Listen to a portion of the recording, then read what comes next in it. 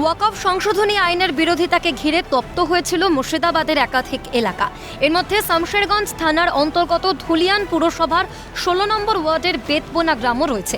অভিযোগ, এই গ্রামের প্রতিটা বাড়িতেই চলেছে হামলা, লুটপাট, ধরিয়ে দেওয়া হয়েছে আগুন। হামলার এই ঘটনার একাধিক ভিডিও ইতিমধ্যেই ভাইরাল হয়েছে। তাতে একদল দুষ্কৃতীকে গ্রামের একের পর এক বাড়িতে ভাঙচুর চালাতে দেখা গিয়েছে। গোটা ঘটনায় স্থানীয় কাউন্সিলরের স্বামী তথা তৃণমূল নেতা মেহবুব আলমের দিকেই অভিযোগের আঙুল তুলছেন আক্রান্তরা। তাদের অভিযোগ, শুক্রবার সকালে কাউন্সিলর এলাকা ছাড়তেই শুরু হয় হামলা। গ্রামের ৫ থেকে ৬টি বাড়িতে ধরিয়ে দেওয়া হয় আগুন। তো হামলা হওয়ার ১-১.৫ ঘন্টা পরে কাউন্সিলর এলো তখন আমরা তাড়িয়ে রেখে চলে এলাম, সাহাবা পার করে দিলাম। কাউন্সিলরের সহযোগিতাতে কোনো কিছু হবে না, চলে গেল। চলে যাবার পরে কাউন্সিলর যাবার পরে ৪-৫টা বাড়ি আগুন ধাঁধা করে জ্বালিয়ে দিলে কে আমার জান বাঁচবে না বা উস্কানি যাই হোক দিয়ে দিল, একদম চলে গেল কাউন্সিলর। ওই ওরা সব লোক নিয়ে এসেছিল, কাউন্সিলর সাথে ছিল। কাউন্সিলর সাথে থাকাতে ওরাকে সাইডে করে দিল। যখন আমরা তাড়িয়ে সাহাবা পার করে দিলাম, কাউন্সিলর হটে গেল। কাউন্সিলর হটার পরেই ওরা হুড় করে এসে ৪-৫টা বাড়িকে জ্বালিয়ে চলে গেল। এরপর শনিবার সকালে গ্রামে আসেন কাউন্সিলরের স্বামী মেহবুব আলম। গ্রামবাসীদের দাবি, কাউন্সিলর রুখে দাঁড়ালে এই অবস্থা হতো না। গোটা ঘটনায় মেহবুব আলমের হাত রয়েছে, এমনটাই অভিযোগ গ্রামবাসীদের। সকাল যখন ৮টা বাজে কেউ না খেয়েই ছিল, 4টা প্রশাসন দিল। আমরা কই একটু সুরক্ষা হয়ে গেল আমাদের মনে হচ্ছে। তারপরে দেখছি যখন 8:30 বাজে তখন কে বলছে ওইদিকে এসছে, কে বলছে ওইদিকে এসছে। তো আমরা ছেলেপুলে বেশি তো নাই। কাউন্সিলর যদি কোনো কিছু বলতো কি না হবে না, কোনো কিছু হবে না, আমরা থেমে নেবো, তাহলে কোনো কিছুই হতো না। ওই যা 4-5টা বাড়ি পুরতো না, ওটাও প্রথম দিনটা ওটা কাউন্সিলর যদি একটু বাধা দিত তাহলে তো এইগুলো একটুকুনো হতো না। হ্যাঁ, হাত না থাকলে এত বড় কাণ্ড করতে পারে। ও নিজের এলাকাকে সামলাতে পারলো না, তো কাউন্সিলর হাত নাই তো কার হাত আছে? তাদের আরও অভিযোগ, থানায় বারবার ফোন করা হলেও কোনো সহায়তা মেলেনি।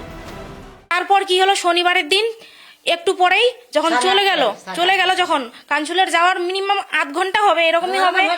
হ্যাঁ, এরকম যখন হবে তারপর চারিদিকে একদম ঘিরিয়ে মানে ওরা আবার হামলা করতে লাগলো।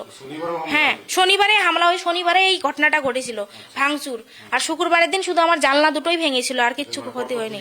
হ্যাঁ, পরপর 2 দিন হয়েছে। থানাতে ফোন করা হয়েছে, থানা থেকে কেউ আসেনি। বলছে নিজের সুরক্ষা নিজে করো, আমরা যেতে বলছে না হলে যেতে পারবো না। হ্যাঁ, কাউন্সিলরের হাত আছে, কারণ কাউন্সিলরে এগুলো করাচ্ছে। কাউন্সিলর প্রথমে এই গ্রামে ঢোকে, তারপর কাউন্সিলর বেরিয়ে যাওয়া মাত্রই কাউন্সিলরের সঙ্গে থাকা বেশ কয়েকজন লোকজন হঠাৎ করে আবার হামলা চালাতে শুরু করে দেয় এই গ্রামের ঘর বাড়িগুলোতে, যার ফলে শুক্রবারের পর শনিবারেও একাধিক এরকম ভাবে ঘর কিন্তু আগুন জ্বালিয়ে পুড়িয়ে দেওয়া হয়েছে, ভাঙচুর করে দেওয়া হয়েছে।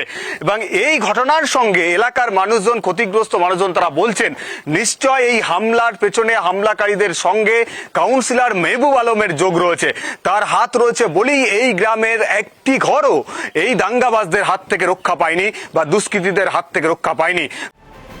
যদিও গ্রামবাসীদের এই অভিযোগ মানতে নারাজ কাউন্সিলরের স্বামী তথা তৃণমূল নেতা মেহবুব আলম।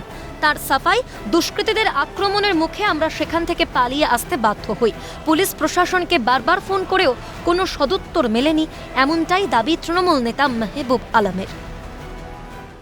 আমরা সেখান থেকে গেছিলাম দাসপাড়াতে, দেখার পর আমরা গেলাম পালপাড়া, যাদবপাড়া। সেখানে হঠাৎ করে শুনলাম যে ইট পাটকেল শুরু হয়ে গেছে। ইট পাটকেল শুরু হওয়ার পর আমরা নিজেরা কন্ট্রোল করার চেষ্টা করেছিলাম, কিন্তু দেখছি যেসব দুষ্কৃতী মুখে গামছা বেঁধে, রুমাল বেঁধে আছে, তাদেরকে বাধা দিতে গেলে আমাদের উপর চড়াও হয়। এমনকি আমাদের প্রাণ নাশের আশঙ্কা ওই মুহূর্তে দেখা দেয়। আমরা সেখান থেকে পালিয়ে একটা বাড়িতে একটা নিরাপদ আশ্রয় নিয়েছিলাম। প্রায় 1.5 ঘন্টা আশ্রয় নিয়েছিলাম। প্রশাসনকে বারবার ফোন করার পরেও সেটা তার কিন্তু সদুত্তর পাওয়া যায়নি। তার পাল্টা দাবি, বিজেপি নেতাদের প্ররোচনার ফাঁদে পা দিয়েই আমার বিরুদ্ধে এ ধরনের অভিযোগ তোলা হচ্ছে। আর এই যে কথাটা বলছে আমি সরে যাওয়ার পরে আমার ছেলেরাই করছে, এটা তাদের মূল কথা নয়। অ্যাকচুয়ালি বিজেপির কিছু দুষ্কৃতির কথা। আপনারা তো জানেন ধর্মের তাস কারা খেলছে। বিজেপির যেসব নেতা, শুভেন্দু অধিকারী, সুকান্ত মজুমদার, দিলীপ ঘোষ, এরা যেভাবে উস্কানিমূলক কথা বলছে বেশ কিছুদিন থেকে, ওদেরই এটা মূল কারণ হচ্ছে। ওদের কথায় ফাঁদে পা দিয়ে এই যেসব আপনাদেরকে বলেছে যে কাউন্সিলর সরে যাওয়ার পরে আমাদের উপর হামলা হয়েছে, এটা তাদের কথা নয়, এটা বিজেপির এবং RSS এর কথা। স্বভাবতই প্রশ্ন উঠছে যে গোটা ঘটনার বিষয়ে কি কিছুই জানতেন না শাসক দলের নেতা? শাসক দলের মদত ছাড়া কি এত বড় হামলার ঘটনা ঘটতে পারে? পুলিশ প্রশাসনের তরফে কেন তড়িঘড়ি পদক্ষেপ নেওয়া হলো না? প্রশ্ন ওয়াকিবহাল মহলের। ক্যামেরায় জনি মন্ডলের সঙ্গে মফিজুল ইসলাম, ক্যালকাটা নিউজ, ধুলিয়ান।